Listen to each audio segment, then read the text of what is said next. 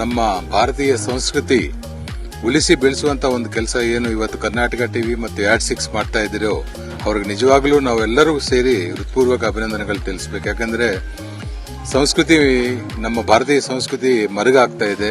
Particularly ಈ ರಂಗೋಲಿ, ಮನೆ ಮುಂದೆ ರಂಗೋಲಿ ಹಾಕೋರು ಬಹಳ ಕಡಿಮೆ ಆಗಿದ್ದಾರೆ ಇಡೀ ಭಾರತ ದೇಶದಲ್ಲಿ.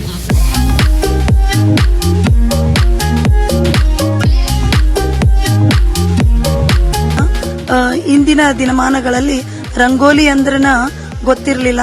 ಬಟ್ ಈ ಕರ್ನಾಟಕ ಟಿವಿಯಿಂದ ಸಂಸ್ಕೃತಿಯನ್ನು ಬೆಳಗಿಸಿದ್ರು ಅಂತ ಹೇಳಲಿಕ್ಕೆ ಇಷ್ಟಪಡ್ತೀನಿ.